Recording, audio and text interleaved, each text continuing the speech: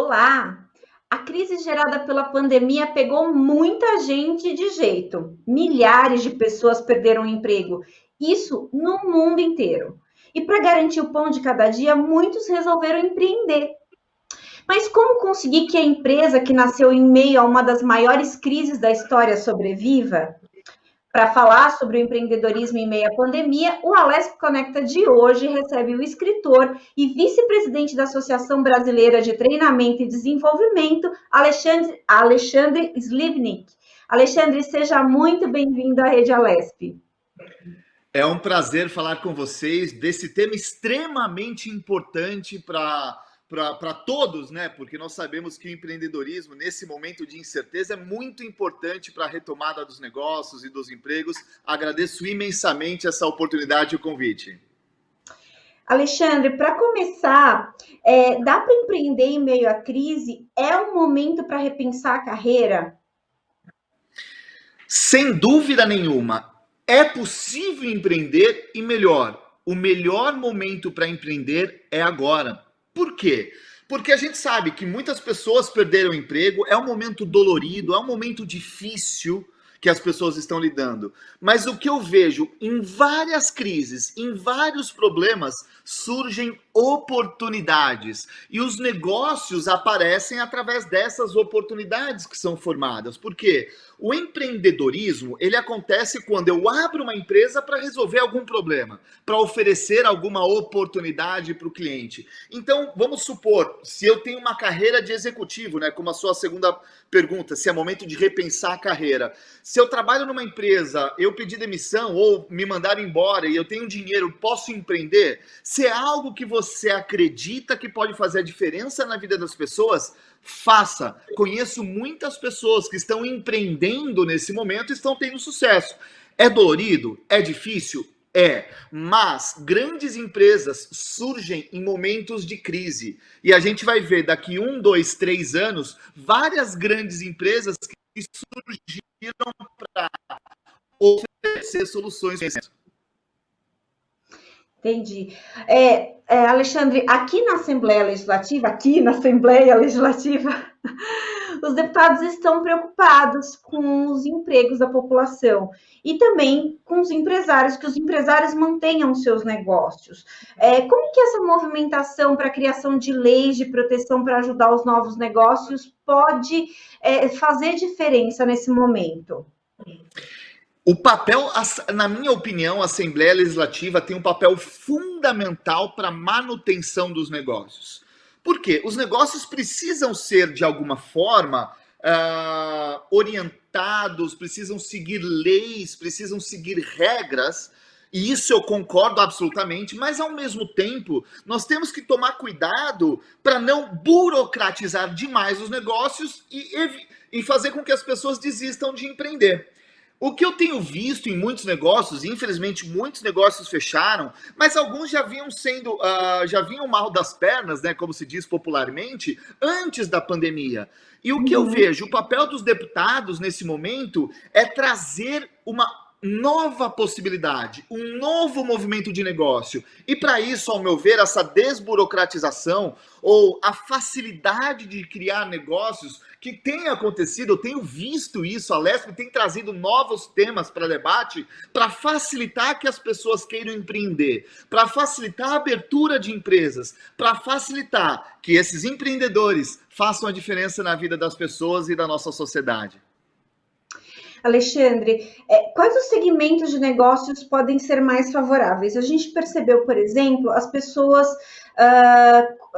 no faça você mesmo, algumas pessoas foram fazer máscaras, outras foram para o lado da alimentação. Eu posso te dar até como exemplo aqui no meu bairro que o pessoal está vendendo pão de porta em porta. Eu não fui mais à padaria, isso era uma preocupação que eu tinha aqui na minha casa, porque todos os dias a minha mãe passava na padaria, minha mãe é grupo de risco, ela passava na padaria e trazia o pão do café da tarde ou do café da manhã, e aí, obviamente, gente que com a pandemia ela não foi mais, não pode. E aí a gente estava preocupado com essa questão. E aí agora a gente tem o pessoal que passa, tem mais do que uma pessoa, inclusive, que passa vendendo pão de porta em porta. Eu queria saber de você se essas iniciativas são positivas, elas podem continuar e quais são os segmentos que são mais favoráveis nesse momento. Dentro de uma crise, de uma pandemia, o dinheiro muda de mão. Alguns negócios acabam, alguns negócios fecham, outros surgem. Então, como você mesmo disse, né? Agora o pãozinho é entregue na porta da minha casa. Então, alguém está ganhando com isso. Alguém que talvez não trabalhasse antes, ou está trabalhando, ou mudou, e está ganhando muito. Como você disse, às vezes, algumas máscaras, empresas que estão confeccionando máscaras, não sei até quando elas vão confeccionar, mas hoje elas estão vendendo bastante. Então, o que eu quero falar sobre isso? Muitas oportunidades surgem. Claro que aquelas empresas que trabalham com entretenimento, que trabalham com eventos, que trabalham com aglomeração de pessoas, acabam sofrendo mais. Mas vamos pensar, por exemplo, restaurantes. Eu tenho amigos que são donos de restaurantes. Todos eles, eu estava conversando com 4 amigos durante a pandemia, todos eles falaram que quando eles fecharam as portas e começaram a entregar, a lucratividade deles aumentou. Por quê? Eles reduziram a quantidade de funcionários, mas as entregas estão a todo vapor. Então, é uma nova oportunidade de negócio para eles. Então, os restaurantes precisam se reinventar. Outro exemplo, supermercado.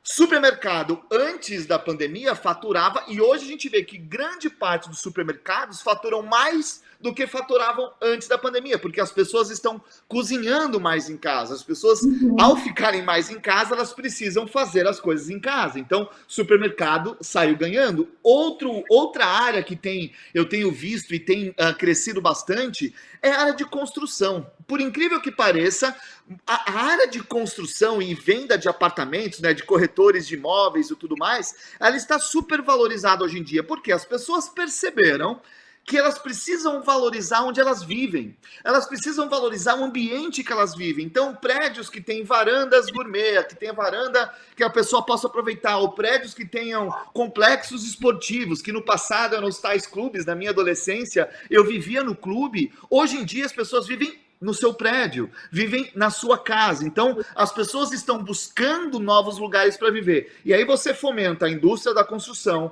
a indústria da corretagem, a indústria da decoração e, obviamente, a indústria de supermercado, de entrega delivery e tudo mais. Ou seja, é uma nova economia. E aqui eu quero colocar um conceito que eu tenho visto no Vale do Silício, que é o lugar mais inovador do planeta, que eles trazem o seguinte dado, e esse dado é mundial, inclusive no Brasil, em São Paulo, obviamente. 65% das crianças que estão hoje no primário trabalharão em empregos que não existem ainda. Olha só, 65% das crianças trabalharão em empregos que não surgiram. Ou seja, a pandemia veio para acelerar novos empregos e, infelizmente, também para acabar com empregos que já estavam morrendo aí no passado. Então, uma nova oportunidade, sim, para novos negócios, para novos empreendedores, porque o dinheiro vai mudar de mão e precisamos estar preparados para isso. Você me fez lembrar aqui do pessoal do Faça Você Mesmo, que um monte de gente foi ajeitar a casa, né, pintar e fazer pequenos reparos nas suas residências aí.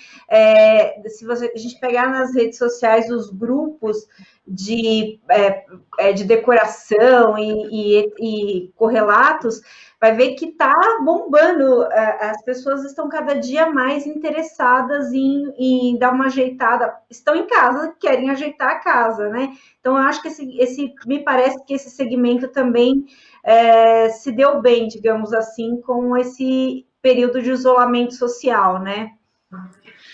Todo segmento, de uma certa forma, ele vai ser impactado. Alguns serão impactados positivamente, outros serão impactados negativamente. Eles precisam se reinventar. Então, o restaurante que conseguiu se reinventar para entregar, fazer o delivery da sua comida, ele conseguiu um faturamento bem interessante. Alguns restaurantes ficaram parados, simplesmente fecharam as portas e talvez eles não tenham caixa para sobreviver. Que, aliás, eu sei que nós vamos abordar isso. Caixa, sem dúvida nenhuma, é algo muito importante para a sobrevivência dos negócios. Então, já que você falou no assunto, a gente sabe que um negócio ele tem um tempo para se estabelecer. Isso é natural, né? O lucro não vem do dia para a noite. Como administrar essa expectativa em meio a uma crise? Esse tempo que a empresa tem que ter para ganhar fôlego. É difícil, como eu disse no início, é dolorido, não é fácil. As pessoas têm que trabalhar muito, as pessoas têm que se dedicar bastante a isso. E qualquer gestor, qualquer empreendedor precisa entender de números. Por quê? Se ele gastar mais do que ele arrecada, ele não vai ter caixa. E eu costumo brincar e dizer que o caixa nada mais é do que o sangue. É o sangue de um organismo. Sem sangue, nós não sobrevivemos. Sem caixa, as empresas não conseguem sobreviver. Então a gente precisa fazer, sim, principalmente no começo, a gente precisa fazer uma conta bem definida de qualquer gasto que a gente tem, qualquer receita que a gente tem, e ter um controle absoluto disso. Por quê? Você só faz caixa quando você aumenta a lucratividade. Para você aumentar a lucratividade, a receita é fácil. É você aumentar a sua receita, o quanto você arrecada, e diminuir o quanto você gasta. E aí, esse equilíbrio é fundamental para os empreendedores, porque senão, se eles já começam investindo dinheiro, e não, se eles não têm essa preocupação de equilíbrio, talvez em 2, 3 meses a empresa não exista mais. Porque muitos empreendedores acham que vão abrir uma empresa e no primeiro mês já vão faturar milhões. São poucas as empresas que conseguem isso. As empresas, a grande maioria delas, elas precisam de alguns meses de estabelecimento. Algumas empresas até precisam de anos para aumentar, para poderem ter os seus lucros. Então é preciso sim controlar na ponta do lápis a sua receita e, obviamente, a sua despesa. É isso que eu ia falar, se isso é essencial, de colocar assim, e eu acho que quando a gente fala em colocar na ponta do lápis, né, Alexandre, me parece que é tudo mesmo, né? Desde a balinha que você gastou até o maquinário, a reforma que você fez, são todas as despesas mesmo, né? Visualizar ali em números o que está entrando e o que está saindo da sua empresa, né? Exatamente, e muitos empreendedores que quebram, eles quebram porque deixaram de anotar a balinha que eles compraram. Vamos pensar numa torneira, vou fazer uma analogia com uma torneira que está pingando. Ah, são só algumas gotinhas. Só que no final do mês, você gastou R$ 200 a mais na sua conta de água. No final do ano, você gastou R$ 2.400 a mais na sua conta de água. Então, quando você fechar essa torneirinha, ou quanto antes você anotar as balinhas que você compra, maior é o seu controle de custo. E além disso, você consegue saber o quanto você precisa cobrar do seu cliente. Por quê? Se você não coloca essas balinhas que você gasta, talvez você esteja cobrando pouco pelo produto que você vende. Porque o custo é absolutamente tudo que você gasta para produzir aquele produto. Inclusive o tempo que você se dedica a isso. O seu tempo também é valioso. Aqui nos Estados Unidos, que é onde eu moro, por exemplo, vou muito para o Brasil, vou muito para São Paulo, mas aqui eles pagam muito as pessoas por hora, né? Justamente por isso, porque cada tempo vale alguma coisa e eles colocam isso no valor final da conta. Sim. Alexandre, as empresas que conseguiram se manter em meio ao caos, elas têm recebido currículo? É momento de continuar tentando oportunidade? Aí eu pergunto isso, inclusive, estendendo para os Estados Unidos. No Brasil e nos Estados Unidos, é momento da gente ir atrás de trabalho? É momento e tem acontecido muito em muitas empresas. Eu tenho vários amigos empreendedores que estão contratando. Por quê? E olha só que legal se a gente começar a ouvir do ponto de vista perspectiva de negócios. Muitos excelentes funcionários estão sendo mandados embora. Porque antes, às vezes aquele que não tinha uma boa performance era mandado embora. Mas hoje, quando a empresa fecha, quantos excelentes colaboradores não foram colocados na rua e estão sem empregos hoje? Talvez é uma grande oportunidade de você encontrar grandes talentos. Porque nós temos muitos talentos que perderam empregos de grandes empresas que fecharam ou que reduziram o seu quadro e eles estão disponíveis no mercado. Então, sim, é momento de buscar oportunidade e para o empreendedor é momento de buscar esses talentos. E por mais que você não tenha nenhuma posição aberta na sua empresa, às vezes você encontra um talento que pode agregar para o seu negócio, ou seja, pode identificar novas oportunidades de negócio. Então, sim, esse é um grande momento para buscar bons empregos e buscar os melhores talentos. Ah, bacana. Me fala uma coisa, mas a seleção desse pessoal, das pessoas que podem ir para essas novas oportunidades, tem acontecido de maneira virtual? Isso também mudou? Essa relação de contratação também mudou com relação à pandemia? Ou tem que ir de porta em porta mesmo? Sim, mudou, mudou. Hoje em dia, houve uma aceleração digital em 3 meses que, ao meu ver, nós não faríamos em 3 anos. O home office, por exemplo, muitas empresas que nunca tinham trabalhado em home office, ou às vezes eles até testavam o modelo de home office, eles viram que o home office pode funcionar. Em algumas empresas, em alguns casos, ele é válido. E muitas das empresas que praticaram home office durante a pandemia já anunciaram que vão continuar com esse modelo por muito tempo. Algumas delas até falaram: esse vai ser o nosso modelo de agora em diante. Como houve essa aceleração digital, o modo de ter entrevista e o processo de seleção também mudou.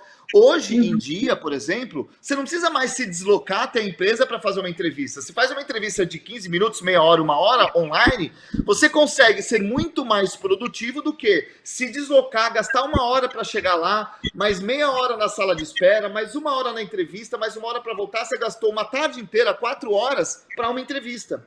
Então, esse momento é o momento que as pessoas têm que aprender que o digital veio para ficar. Ele não veio para roubar ou substituir o presencial, mas ele veio para acelerar o processo de contratação, acelerar o processo de aprendizagem e, por que não, acelerar o resultado dos negócios das nossas empresas.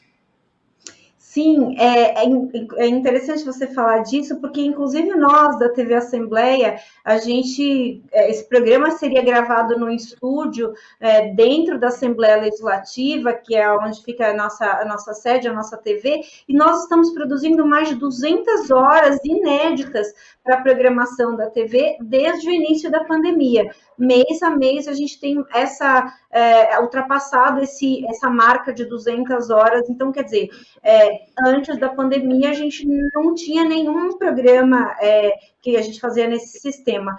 E aí, a gente analisando aí, fazendo esse paralelo, e você falou sobre essa questão que as empresas analisaram que o home office é uma possibilidade, você então acredita que veio para ficar?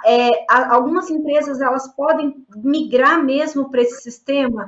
Ou vão de repente vai ser parcialmente, ou eles podem avaliar que não é interessante o distanciamento?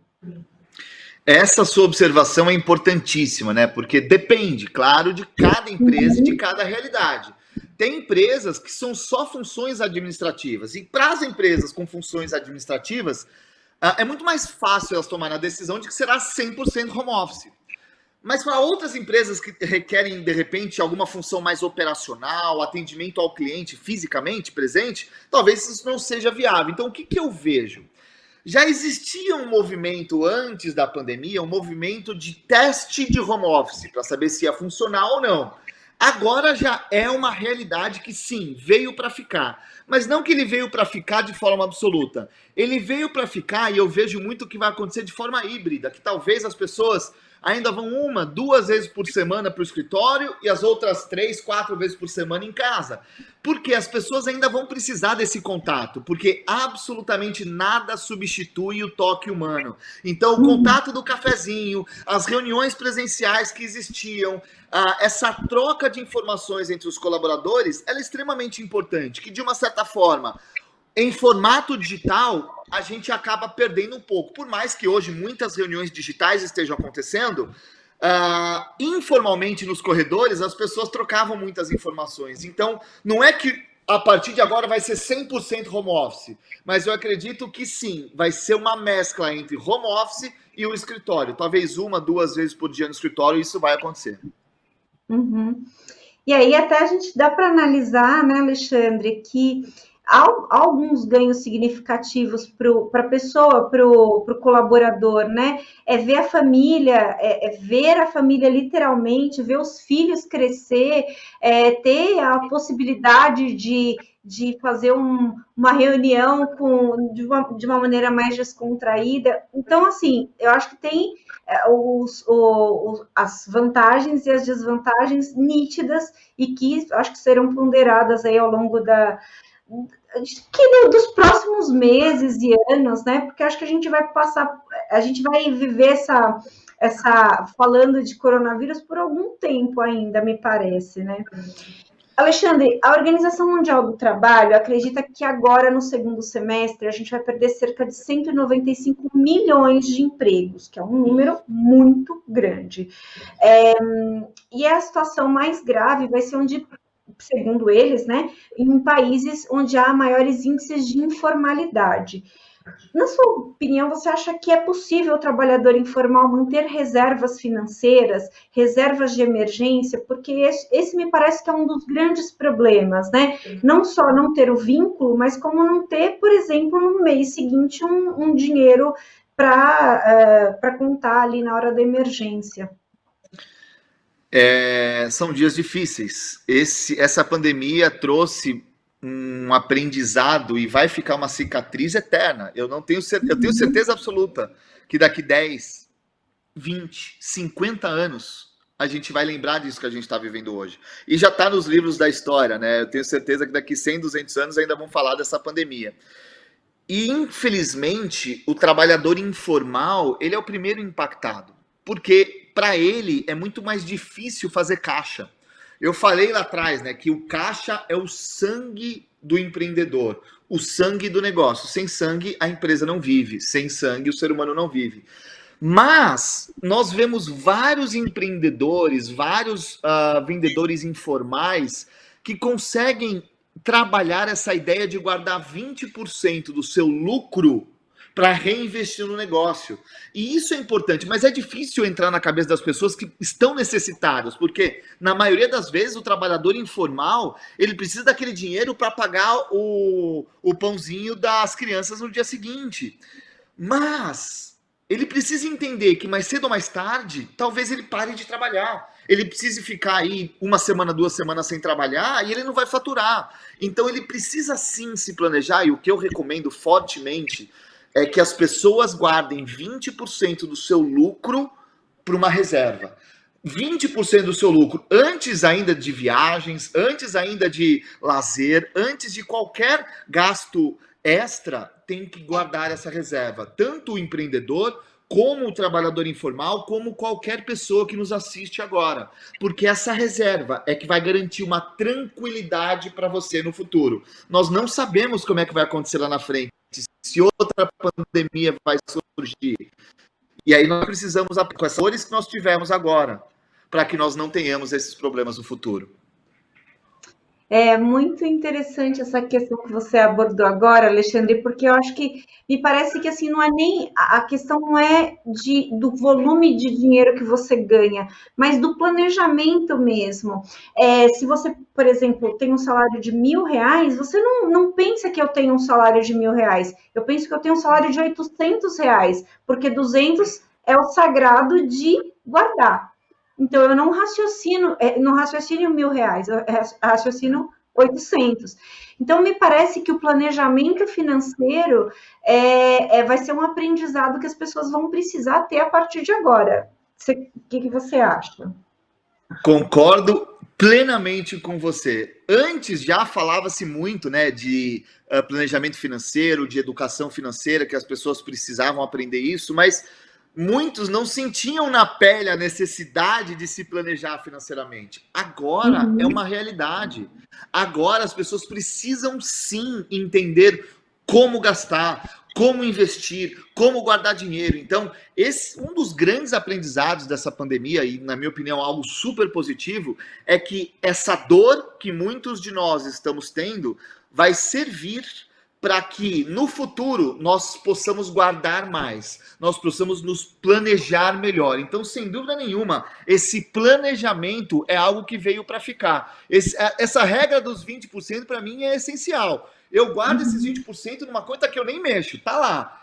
Agora, depois, o que sobrar, eu gasto com as minhas despesas, gasto se sobrava para o cinema, se sobrar, eu gasto para guardar para uma viagem. Esses R$ 200 ou esses 20%, eu estou guardando para emergência. E viagem não é emergência. Cinema não é Uhum. emergência, entende? Então, trocar o carro não é emergência. Talvez uma emergência seja, bati o carro, ou o carro deu um problema, e eu preciso do carro para trabalhar, talvez aí seja uma emergência. Mas aí eu Uhum. sugiro você ter até uma segunda reserva para essas emergências mais automáticas que você precisa no seu dia a dia. Então, os 20%, na minha opinião, é uma reserva que você não vê nem como precisar, que se deixar, o bom é que seus filhos utilizem quando você não mais estiver aqui. É a reserva sagrada, né? E aí Reserva sagrada, sem dúvida. e na verdade a reserva a emergência, por exemplo, um problema de saúde, né? Que você não tem opção, você vai fazer o quê, né? Você precisa comprar remédio, você precisa ir ao hospital, então você precisa ter um dinheiro ali para, de fato, uma emergência, né? Alexandre, muitos negócios, como a gente falou, foram iniciados aí por causa da Covid, como, por exemplo, a confecção de máscaras, né?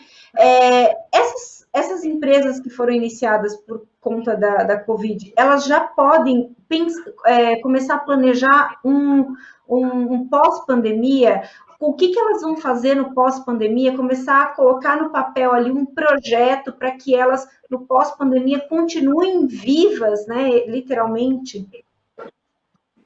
Essa é uma excelente pergunta, porque nós precisamos entender o porquê que as empresas existem. Uhum, Muitas pessoas estão confeccionando máscaras hoje porque as pessoas precisam comprar máscaras. Então, uhum, partiu de uma necessidade de fazer máscaras para as pessoas comprarem. E muita gente está uhum. fazendo dinheiro com isso, e muito dinheiro. Agora, até quando que essas máscaras serão comercializadas? Né? Eu acho, particularmente, eu tive a oportunidade de ir para a Ásia, tive a oportunidade de ir para o Japão, e lá é muito comum que as pessoas usem máscaras, né? Principalmente quando estão tossindo, espirrando, até em respeito ao próximo.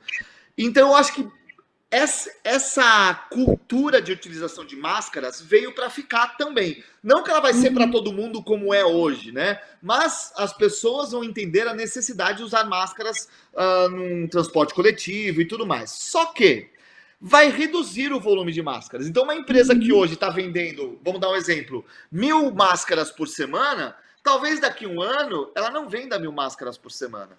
Mas vamos entender o porquê que a empresa existe. A empresa existe para gerar saúde para as pessoas. Então, o que as pessoas têm que começar a pensar? Bom, eu não vendo mais máscaras. O que eu posso vender para melhorar a saúde das pessoas? É isso que o empreendedor tem que entender, o porquê que ele faz aquilo que ele faz. E aí eu lembrei de uma história da Dona Rose. A Dona Rose trabalhou na Disney por 55 anos. Ela, do primeiro dia do trabalho na vida dela ao último dia do trabalho, trabalhando na Disney, ela retirava o ingresso das pessoas que chegavam no parque todos os dias. E aí um amigo meu que trabalhou com ela, nos últimos anos de trabalho dela, perguntou: Dona Rose, o que faz a senhora ficar por 55 anos simplesmente recolhendo o ingresso das pessoas que chegam no parque? A Dona Rose, sabiamente, olhou no olho desse meu amigo Leandro e disse assim: Leandro, eu não tenho aqui simplesmente a função de recolher o ingresso das pessoas que chegam no parque. Aqui eu tenho a responsabilidade de dar o primeiro sorriso. Olha que coisa linda. Eu tenho a responsabilidade de dar o primeiro sorriso. Essas pessoas hoje que produzem máscaras estão também ajudando a salvar vidas. Então elas não Uhum. simplesmente produzem máscaras, elas melhoram a qualidade de vida das pessoas, elas melhoram a saúde das pessoas. Então com essa mentalidade, o empreendedor pode criar novos produtos, pode criar novos serviços e não depender única e exclusivamente das máscaras. Com certeza, com certeza. Alexandre, muitas histórias de sucesso do mundo corporativo nasceram muitas vezes de ideias assim muito simples, mas ao mesmo tempo iniciativas diferentes. Me parece que isso é um grande ingrediente aí, ser diferente no meio do mercado. É possível unir esses ingredientes no meio dessa crise que está todo mundo ali um pouco desesperado para conseguir garantir o pão de cada dia? Com certeza. São ideias simples que movem o mundo, né? Porque Eu costumo dizer que não é só ideia. Uma ideia, simplesmente pela ideia, não vale nada. Uma ideia muito bem executada vale muito dinheiro. Então não adianta nada eu ter uma ideia de criar um iPhone que vai competir com esses grandes smartphones que existem hoje. Se eu não executar, se eu não criar e desenvolver um smartphone de fato, eu nunca serei concorrente dessas pessoas. Nesses momentos, as pessoas estão sendo criativas, né? Então, tem máscara, tem álcool em gel, totem álcool em gel, reuniões online, vários aplicativos que estão surgindo agora para facilitar a vida das pessoas durante a pandemia. E eles vieram de ideias simples que estão transformando o mundo. E essa transformação do mundo, que a gente vai ver daqui 10 anos e olhar para trás, essa pandemia, ela trouxe muitas dores, mas trouxe muito aprendizado para a gente. A sociedade mudou, a sociedade evoluiu. E eu gosto de citar uma história que, para mim, é um grande aprendizado para esse momento de pandemia, que é a palavra Ubuntu. E tem tudo a ver com a LESP, tem tudo a ver com os nossos deputados, tem tudo a ver com a nossa sociedade. Um pesquisador americano foi estudar uma tribo africana que era extremamente humilde, extremamente pobre, mas extremamente feliz. E esse pesquisador queria entender qual era a relação entre a extrema pobreza e a extrema felicidade. E ele resolveu fazer um experimento lá na África. Ele pegou um balde de doces desse tamanho, com doces coloridos transbordando pelo balde. Chamou todas as crianças dessa tribo, passou uma linha no chão e disse para as crianças: olha, eu vou pegar esse balde que está cheio de doces deliciosos e vou colocar ali naquela árvore a 100 metros de distância, ali embaixo. Vocês todos estarão atrás dessa linha. Quando eu falar já, vocês saem correndo e a primeira criança que chegar no balde de doces, colocar a mão no balde de doces, leva o balde de doces para casa. As crianças toparam o desafio, ficaram empolgadas com o desafio, se colocaram atrás da linha. Quando o pesquisador americano falou já, as crianças levantaram, se abraçaram e foram juntas até o balde de doces. Chegando lá, colocaram as mãos juntas no balde de doces. E aí o pesquisador americano ficou impressionado e comovido com aquela cena e perguntou: por que um não saiu correndo para colocar a mão no balde de doce sozinho e levar para casa? E uma criança africana de 8 anos de idade respondeu: Ubuntu. O pesquisador olhou e falou: Ubuntu? O que é Ubuntu? Como é que um de nós poderia ficar feliz se todos os outros estariam tristes? De novo, como é que um de nós poderia ficar feliz se todos os outros estariam tristes?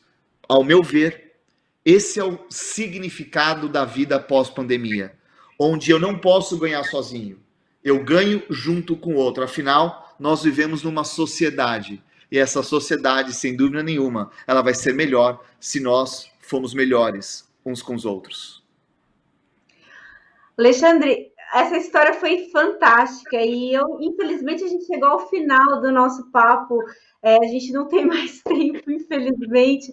Eu queria muito agradecer a sua participação e a sua gentileza em falar conosco e nos ensinar, fazer esse compartilhamento de conhecimento conosco. Muito obrigada, viu?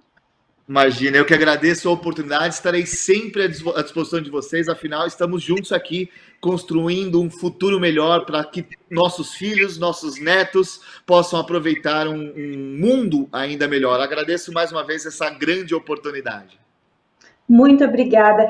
Esse foi mais um Alesp Conecta. Hoje a gente falou de empreendedorismo em meio à pandemia. Você fica com a programação da Rede Alesp agora, mas você pode rever esse programa e outros programas da Rede Alesp nas nossas redes sociais. Muito obrigada e até mais.